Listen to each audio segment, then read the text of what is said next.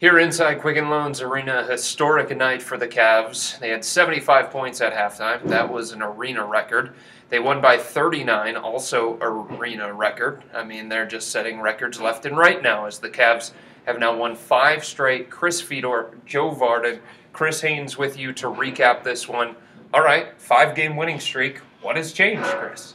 Defense. The defense and the personnel. Now, Blatt actually has the personnel to fit the defensive schemes that he's been wanting to run, all season long. But he just wasn't equipped with that type of roster to be able to put that type of plays out there on the court. Now when you see a teammate from Mozgov, especially on pick-and-roll defense, one of the things that's being adjusted and what has changed, what Blatt doesn't want to talk about and allude to, look on the pick-and-roll defense where you have Mozgov not actually coming out and stepping way out on that pick and roll. He's actually sagging back, daring that point guard or that perimeter player to come in and challenge for, challenge to get a layup or a dunk. Before, when you had Varejao, you had Tristan, those guys on the pick and roll, they would come out and show high. A lot of times, that player will get past the initial line defense and the interior, and that just wasn't going well. So right now, they got Timofey sagging back there, and he's pretty good at protecting the house. Here on cleveland.com, the Cavs win 129-90 against the Charlotte Hornets. And Joe, Charlotte came in winners of 8 of 9, 3 in a row. Defensively, Charlotte hadn't allowed 100 points in 10 straight. The Cavs did whatever they wanted to offensively, just like they stopped Charlotte defensively. Yeah, I mean, I don't think this is what Charlotte had in mind, but perhaps they should have. I was looking up some numbers. LeBron in his career has now played the Hornets/Bobcats 41 times. He's beaten them 36. Tonight was the 20th time in a row a LeBron team has beaten the Charlotte team.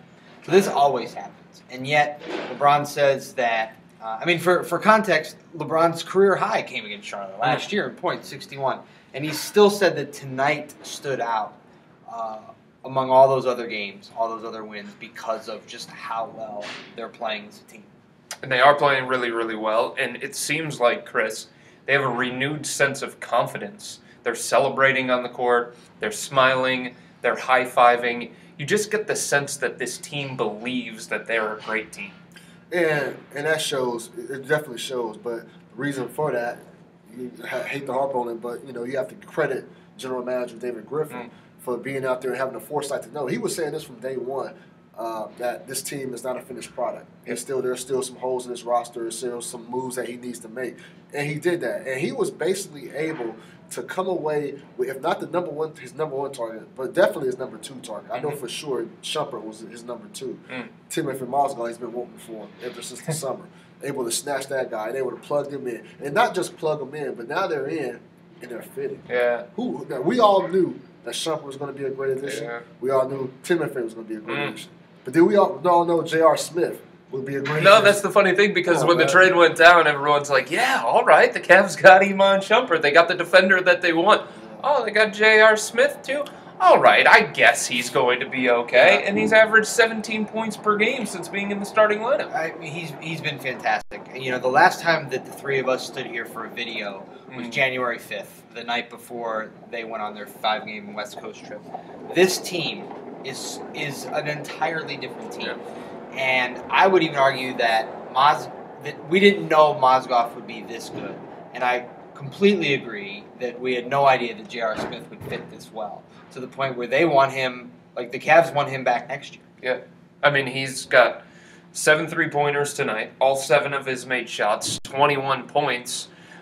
This is somebody who is giving the Cavs an extra scoring boost. Chris, I don't think I would have been able to say any time earlier this season in looking at the box score, wow, Kevin Love scored 9 points and the Cavs won by 39, but JR gives them that extra boost offensively. And let me tell you about Kevin Love and his performance. You talk about the way the Cavs are ramped up their defensive coverages and kind of enhanced it.